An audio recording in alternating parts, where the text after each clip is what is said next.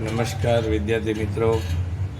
ધોરણ 11 નામાના મૂળ તત્વો એકાઉન્ટમાં આપણે પ્રકરણ બીજું ચાલે છે, વ્યવહારોની દ્વિઅસર અને ખાતાના પ્રકારો.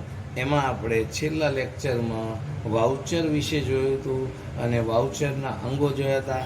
એમાં આપણે વાઉચરમાં જોયું હતું કે 9 પ્રકારના વાઉચર હોય છે. એમાં પહેલું જોયું હતું વેચાણ બિલ, પછી ખરીદીનું બિલ, જમા ચિઠ્ઠી, ઉધાર ચિઠ્ઠી, ચેકનું અડધ્યું, પે ઇન સ્લીપ, આપેલ રસીદ, મળેલ રસીદ અને ખર્ચના બિલો. આ પ્રકારના 9 પ્રકારના વાઉચર જોયા હતા. તો હવે એના પછી અંગ જોયા હતા. તો વાઉચરના અંગમાં જોયું હતું આપણે કે પહેલાં વાઉચર આપનારનું નામ અને સરનામું હેડિંગમાં હોય છે, આપણે અગાઉ ચર્ચા કરી હતી, જોયું હતું. બીજું વાઉચર લેનારનું નામ અને સરનામું હોય. ત્રીજું એમાં તારીખ હોય છે, વાઉચર નંબર હોય, આંકડામાં અને શબ્દમાં રકમ હોય છે, બિલ બનાવનાર હોય એની સહી હોય છે, બિલ લેનારની સહી જ્યાં જરૂર હોય ત્યાં આવે છે, અને વાઉચરનો પ્રકાર લખેલો હોય છે ઉપર. અને એ સિવાય અન્ય વિગતો ઘણી વખત અમુક ખાસ કોઈ વસ્તુ ઇન્ડિકેટ કરવાની હોય, દર્શાવવાની હોય, તો એ રીતે વાઉચરમાં અમુક જુદું પાડીને લખવામાં આવે છે. આ ચર્ચા પછી હવે આપણે જોવાનું છે વ્યવહારની બેવડી અસર. તો દ્વિનોંધીનામા પદ્ધતિ, એના નામ પ્રમાણે દરેક વ્યવહાર છે એ 2 નોંધ કરવામાં આવે છે. દ્વિનોંધીનામા પદ્ધતિમાં એના નામ છે એ મુજબ જ આપણે જો બોલીએ જ છીએ દ્વિનોંધીનામા પદ્ધતિ એટલે કે દ્વિનોંધ, એટલે કે દરેક વ્યવહારની 2 નોંધ થાય છે. તો અહીંયા ધંધાનો વ્યવહાર પણ સામાન્ય રીતે 2 પક્ષકારો વચ્ચે જ થાય છે. આપણે આપણી સાથે કોઈ દિવસ વ્યવહાર કરી શકતા નથી, એટલે 2 પક્ષકારો વચ્ચે વ્યવહાર થાય છે. એમાં કોઈ 2 પક્ષકારોમાં જોઈએ તો કઈ બાબતના વ્યવહાર થાય છે. તો પહેલું એ કોઈ વ્યક્તિ ધંધામાં લાભ લે અથવા તો લાભ આપે છે, એટલે કે ધંધામાં લાભ લેનાર હશે અથવા લાભ આપનાર હશે. વ્યક્તિ, હું બોલું એ સાંભળજો, કે ધંધામાં કોઈ વ્યક્તિ લાભ લેનાર હોય અથવા લાભ આપનાર હોય. દાખલા તરીકે અરવિંદ બુક સ્ટોલ્સનું આપણે ગયા વખતે ઉદાહરણ જોયું હતું. તો અરવિંદ બુક સ્ટોલ્સમાંથી મેં ખરીદી કરી, તો હું મારી વાત કરું તો હું મારા ચોપડામાં નોંધ કરું, અથવા તો અરવિંદ બુક સ્ટોલ છે એ એના ચોપડામાં નોંધ કરે, તો એ અરવિંદ બુક સ્ટોલ છે એ લાભ આપનાર થશે અને ધંધામાંથી હું લાભ લેનાર થઉં, એટલે કે વ્યક્તિ ખાતું આવે. આ લાભ લેનાર અથવા લાભ આપનાર હોય તો એ વ્યક્તિ હોય છે. તો અહીંયા આ એક ખાતું હોય છે. પછી બીજું છે કે ધંધામાં માલ અથવા મિલકત વધે અથવા ઘટે. તો આ માલ મિલકત પ્રકારના ખાતા છે. ધંધામાં કોઈ પણ વ્યવહાર થાય એટલે કા માલ મિલકત વધે અથવા ઘટે છે, માલ મિલકતનો વ્યવહાર હોય તો. દાખલા તરીકે આપણે જોઈએ કે 5,000 રૂપિયાની ખરીદી કરી. તો ખરીદી કરો છો એટલે ધંધામાં માલ આવશે, એટલે માલમાં વધારો થયો, બરાબર. એવી જ રીતે મિલકત ખરીદીએ કે 50,000નું યંત્ર ખરીદ્યું, તો યંત્ર ધંધામાં આવશે, એટલે એ યંત્ર આવે છે, એટલે એ મિલકત ધંધામાં વધે છે. એવી રીતે કોઈ યંત્ર, કોઈ મિલકત આપણી ઓબ્સોલ્યુટ થઈ જાય, એટલે કે નકામી થઈ જાય, બિન કાર્યક્ષમ, અથવા તો એને આપણે કહીએ કે બિન ઉપયોગી થઈ જાય, તો એ વ્યવહાર વખતે, એવા વખતે આપણે મિલકત કાઢી નાખીએ છીએ, તો ધંધામાં મિલકત ઘટે છે. એવી રીતે માલ વેચીએ તો ધંધામાં માલ જાય છે, એટલે માલમાં ઘટાડો થાય છે. ત્રીજો મુદ્દો છે કે ધંધામાં કાં તો ખર્ચ થાય અથવા ઉપજ થાય, એટલે કે આ ઉપજ ખર્ચના ખાતા. ઘણી વખત એવું બને કે કોઈ વ્યવહાર થાય તો એના કારણે કાં તો ખર્ચ થાય ધંધામાં, કાં તો ઉપજ થશે. દાખલા તરીકે હું પગાર ચૂકવું તો ધંધામાં ખર્ચ થયો. એવી રીતે કોઈ ભાડું મળે ધંધાને તો એ આવક થઈ, ઉપજ થઈ કહેવાય. એટલે આ રીતે આ ઉપજ ખર્ચના ખાતા. ઇન શોર્ટ, ટૂંકમાં જોઈએ તો આ કોઈ પણ વ્યવહાર હોય એ આ 3 પ્રકારના ખાતામાં જ સંકળાયેલો હોય. 3 પ્રકારના ખાતા કયા? તો ગમે તે વ્યવહાર હોય તો એ આ 3માંથી એક જ ખાતામાં આવે ને આવે. તો જો પહેલું આપણે જોયું હતું કે વ્યક્તિ ખાતા, તો વ્યક્તિ ખાતામાં શું કીધું? એ વ્યક્તિ લાભ લેનાર હશે અથવા તો શું થશે? લાભ આપનાર હશે.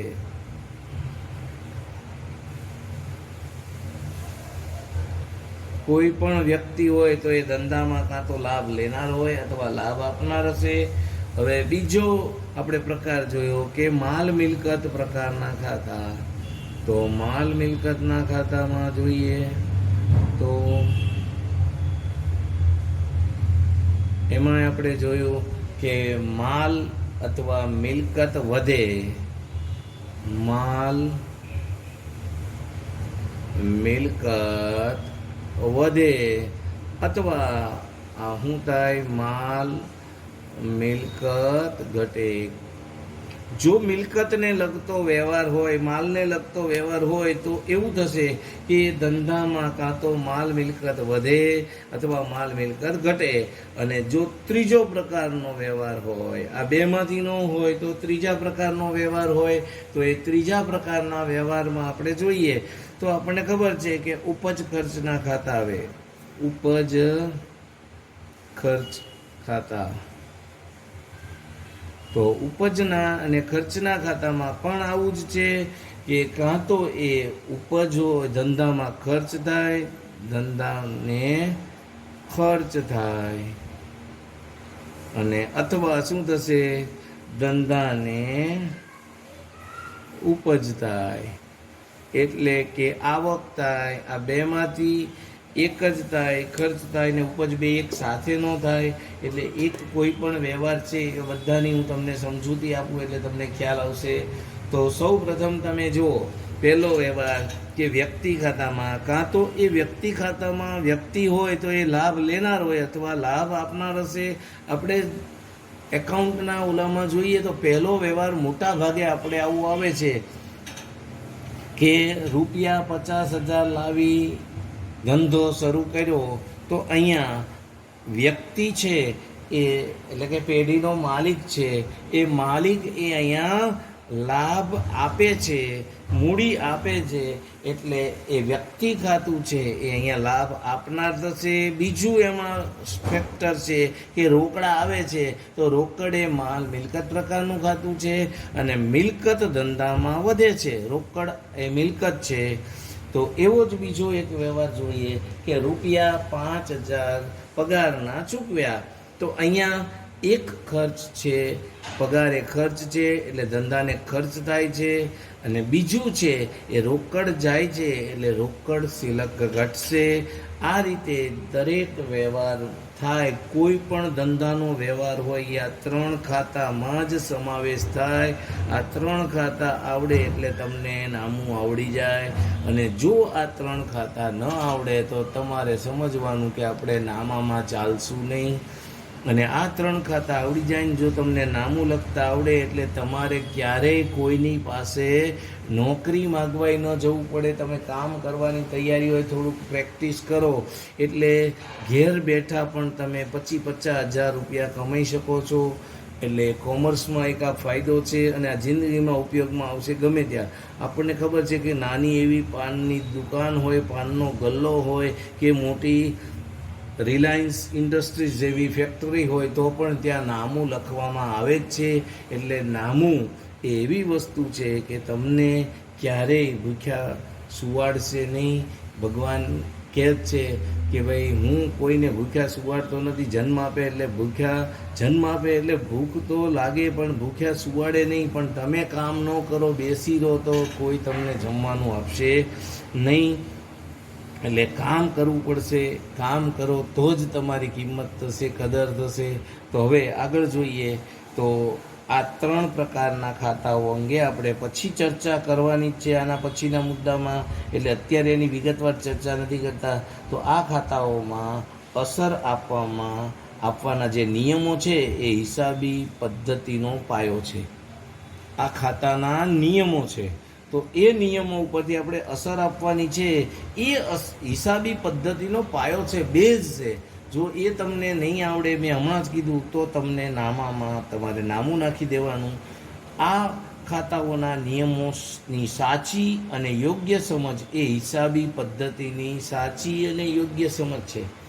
તો આ ખાતાઓના જે નિયમો છે એની સાચી અને યોગ્ય સમજ મેળવો તો એ હિસાબી પદ્ધતિની સાચી અને યોગ્ય સમજ છે. જ્યારે પણ ધંધાનો વ્યવહાર અસ્તિત્વમાં આવે ત્યારે તેમાંથી બે પ્રકારની અસરો ઉદ્ભવે છે. આ અસરો આપણે જોયું એ ઉપર પ્રમાણે બાબતોને ધ્યાનમાં રાખીને સમજવાની છે.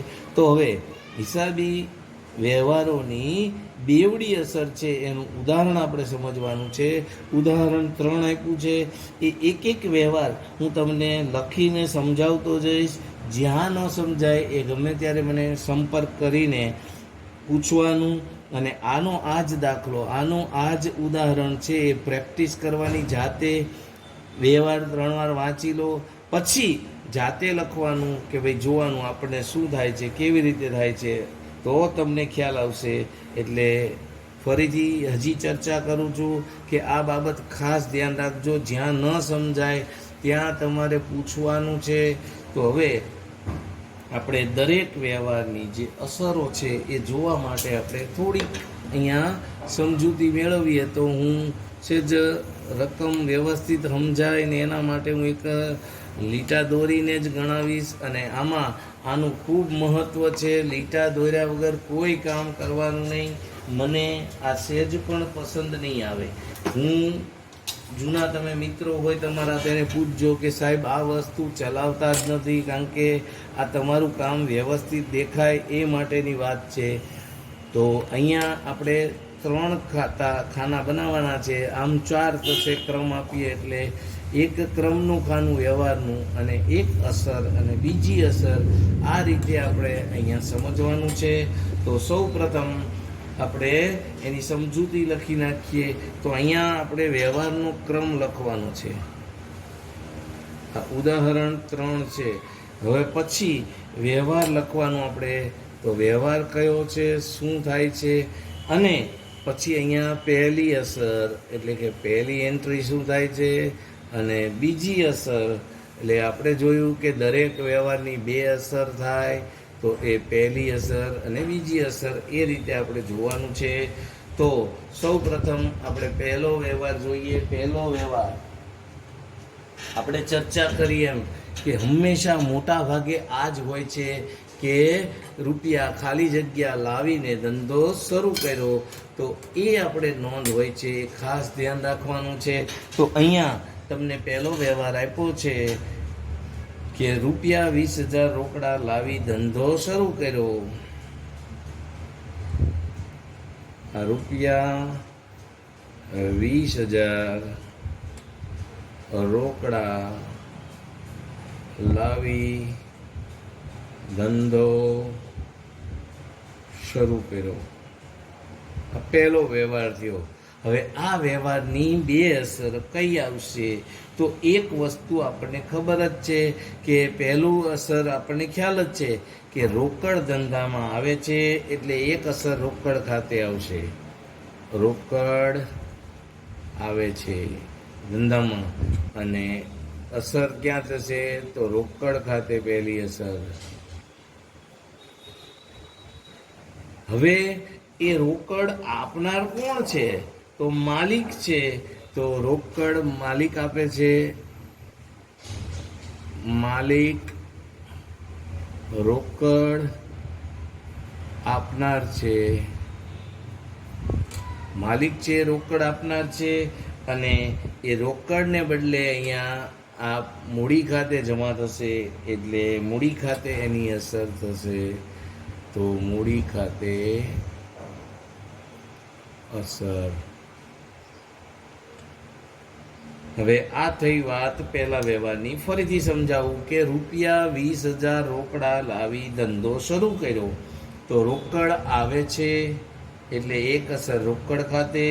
બીજું માલિક રોકડ આપે છે એટલે મૂડી ખાતે અસર થશે. હવે પછીનો વ્યવહાર, બીજો વ્યવહાર જોઈએ. તો બીજો વ્યવહાર એવો છે, રૂપિયા 40,000 સ્ટેટ બેંક ઓફ ઇન્ડિયામાં ભરીને ખાતું ખોલાવ્યું. તો આ વ્યવહારને આપણે અહીંયા શોર્ટમાં લખશું રૂપિયા 40,000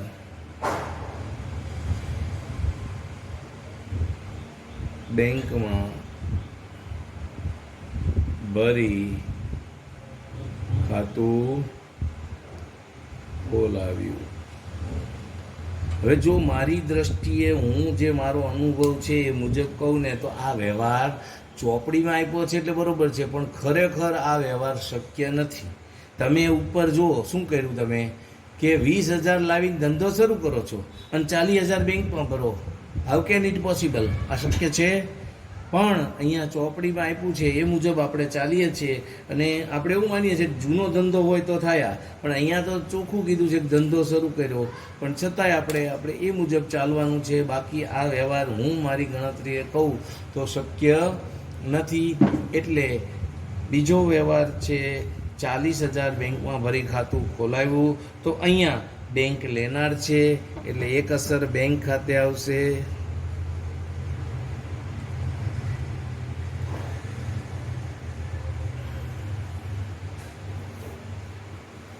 હવે બીજું કે રોકડા ધંધામાંથી જાય છે તો રોકડ જાય છે એટલે બીજી અસર છે રોકડ ખાતે આવશે. મેં તમને હમણાં કીધું એ તમે સમજો કે તમારી પાસે 20,000 હતા ને તમે 40,000 આપો, કેવી રીતે શક્ય બને? એટલે ખરેખર આ વ્યવહાર હું મારી ગણતરી એવું કહું કે થોડોક મિસ્ટેકવાળો છે. 4,000 લખ્યું હોત તો બરોબર છે, 40,000 કા 20,000 કરતાં અડધા 10,000 કે એવું હોય તો બરોબર છે. તો પછીનો વ્યવહાર છે ત્રીજો વ્યવહાર કે મનોજે રૂપિયા 3,000નો માલ ભારતીબેન પાસેથી ખરીદ્યો. તો આપણે અહીંયા મનોજ છે એ માલિક છે એવું માની લેવાનું. રૂપિયા 3,000નો માલ કોની પાસેથી ખરીદ્યો? ભારતીબેન પાસેથી.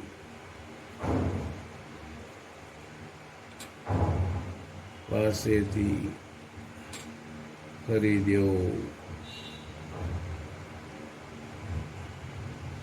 તો હવે જુઓ તમે અહીંયા તો માલ એ આવે છે ધંધામાં એટલે માલ ખાતે નો અસર થાય. આપણે માલના ખાતામાં ખરીદ ખાતું લખીએ છીએ તો માલ આવે છે અને ખરીદ ખાતે અસર થશે.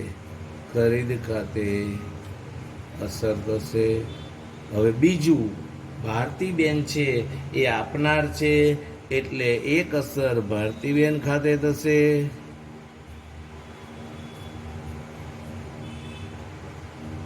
અને આપનાર છે એટલે ભારતીબેન ખાતે અસર થશે.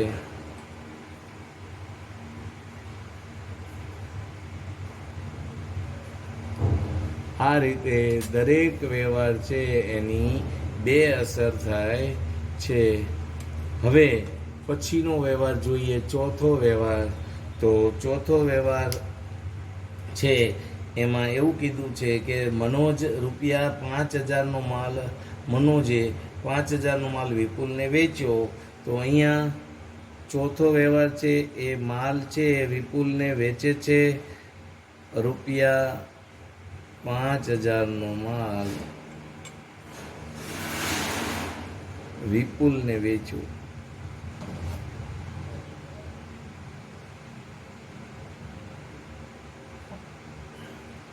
હવે 5,000 રૂપિયાનો માલ વિપુલને વેચ્યો. વિપુલ લેનાર છે. એક અસર આપણને ખબર છે કે વિપુલ લેનાર છે એટલે એક અસર વિપુલ ખાતે આવશે.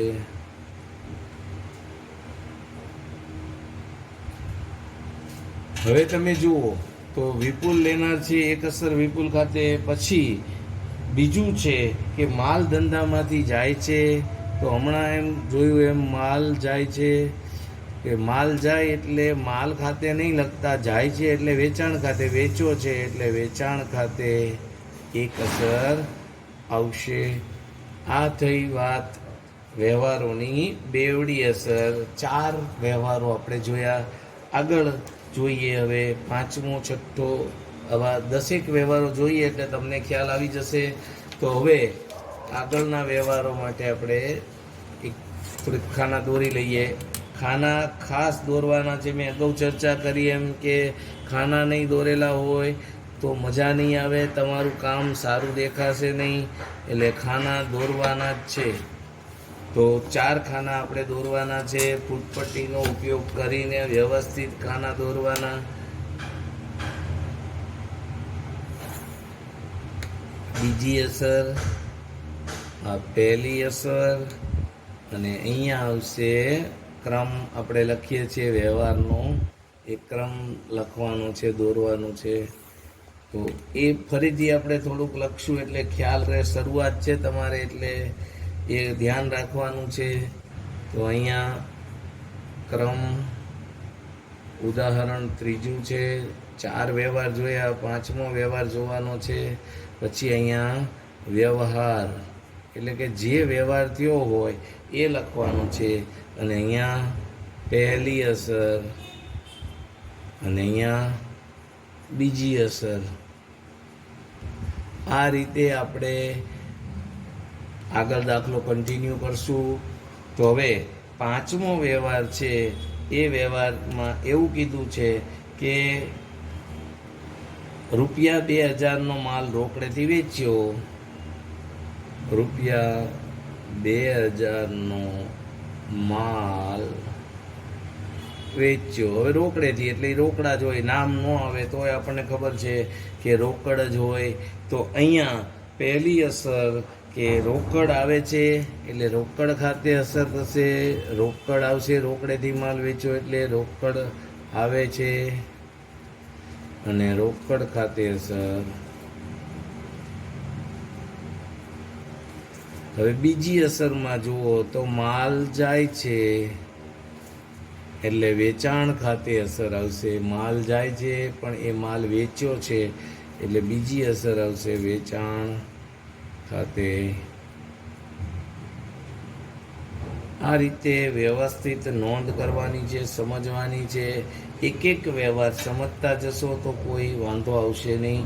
રૂપિયા 1500નું ફર્નિચર મનોજે ખરીદ્યું. હવે મનોજ આપણને ખબર છે પછીનો વ્યવહાર છે. રૂપિયા 1500નું ફર્નિચર ખરીદ્યું. હવે મનોજ માલિક છે એટલે એનું કંઈ આવશે નહીં. પણ હવે ફર્નિચર ખરીદીએ છીએ એટલે ધંધામાં ફર્નિચર આવે છે એટલે ફર્નિચર ખાતે અસર થશે. ફર્નિચર એ મિલકત છે, ધંધામાં આવે છે એટલે ફર્નિચર ખાતે અસર થશે.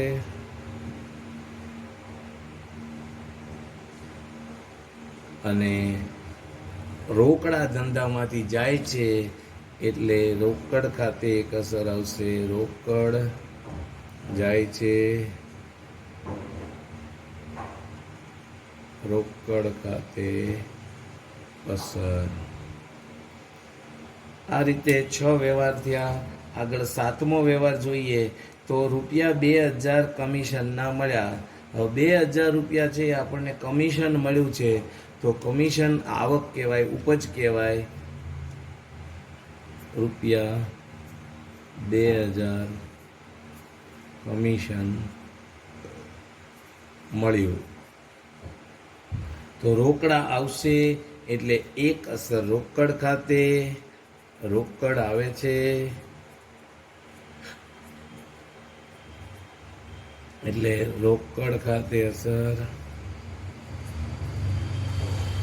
હવે બીજું કે કમિશન એ ઉપજ છે, બરાબર. કમિશન શું છે? ઉપજ છે. એટલે કમિશનના ઉપજ્યા, બરાબર.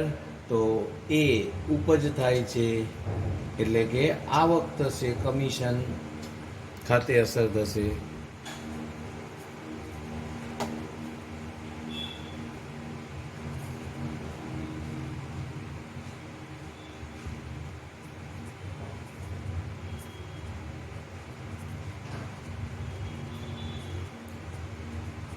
હવે જો તમે અંદર ચોપડીમાં છે ને કમિશન ના ચૂકવ્યા એવું આપ્યું છે, બરાબર, અને એમાં 200 છે, પણ મેં મારી રીતે તમને સમજાયું છે, કારણ કે એમાં એવું થશે કે અક્ષરશ બેઠું સમજો એને કરતાં અહીંયા ઊંધું છે, એટલે ઊંધી અસર થાય એ તમારે ધ્યાન રાખવાનું છે. એમાં મળ્યું ને બદલે ચૂક્યું છે, તો એમાં રોકડ જાય છે, કમિશન એ ખર્ચ છે, એટલે આ ઊંધી અસર થઈ જશે. પહેલી અસર એ થશે, બાકી કંઈ ફેર પડે નહીં.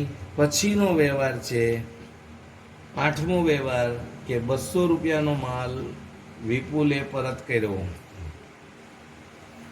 ₹200નો માલ વિપુલે પરત કર્યો. આપણે અગાઉ વિપુલને માલ વેચ્યો તો એ માલ પાછો આવે છે, એટલે વેચેલ માલ આવે. કયો આવશે? માલ વેચેલો, વેચેલ માલ આવે. હવે એ માલ આવે છે એટલે આપનાર છે એ કયો માલ છે? વેચેલો માલ, એટલે વેચાણ માલ પરત ખાતે અસર થશે. હવે આ માલ આપનાર કોણ છે? તો વિપુલ છે, એટલે વિપુલ આપનાર છે, એટલે એક અસર વિપુલ ખાતે આવશે, બીજી અસર વિપુલ ખાતે અસર. પછીનો વ્યવહાર છે 9મો વ્યવહાર. તો 9મા વ્યવહારમાં જુઓ તમે, તો 9મો વ્યવહાર છે કે 150નો માલ ભારતીબેનને પરત કર્યો. તો ઉપર જે વ્યવહાર થયો એનાથી ઊંધો વ્યવહાર છે કે 150 રૂપિયાનો માલ ભારતીબેનને પરત કર્યો. ₹150નો માલ ભારતીબેનને પરત કર્યો. તો હવે આપણે માલ ભારતીબેનને પરત કરીએ છીએ, તો ભારતીબેન છે લેનાર છે, ભારતીબેન લેનાર છે. પછી અહીંયા લેનાર છે એટલે ભારતીબેન ખાતે એક અસર આવશે.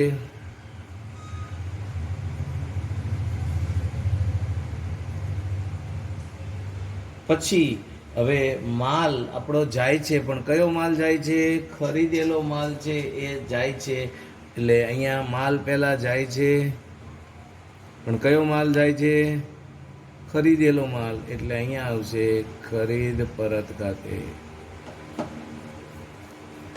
10મો વ્યવહાર. 10મા વ્યવહારમાં એવું છે કે ભારતીબેનને 2850નો ચેક આપ્યો. હવે આપણે 2850 રૂપિયા ભારતીબેનને ચેક આપ્યો, તો ₹2850નો ચેક ભારતીબેનને આપ્યો. હવે જો અહીંયા તમે જુઓ તો ભારતીબેનને આપણે ચેક આપીએ છીએ, એટલે લેનાર થશે ભારતીબેન, અને એટલે એક અસર ભારતીબેન ખાતે થશે. ભારતીબેન લેનાર, એટલે એક અસર ભારતીબેન ખાતે.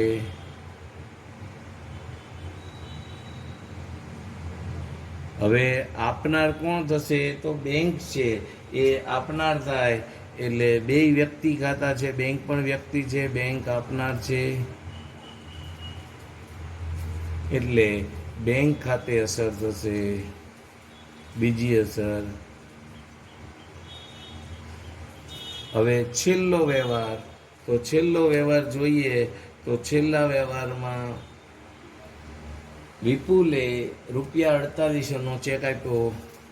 11મો વ્યવહાર છે. વિપુલે